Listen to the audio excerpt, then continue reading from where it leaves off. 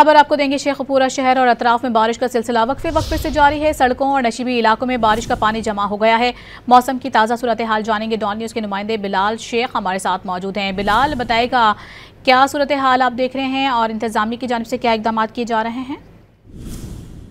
देखें, शेखुपुरा में आज सुबह से ही वक्फे वक्फे के साथ बारिश का सिलसिला जारी है। गुज़िश्ता रोज भी जो है शेखुपुरा में मूसलाधार बारिश हुई है, जिसके बायस मुख्तलिफ इलाकों में जो है वो बारिश का पानी ताहाल जमा था।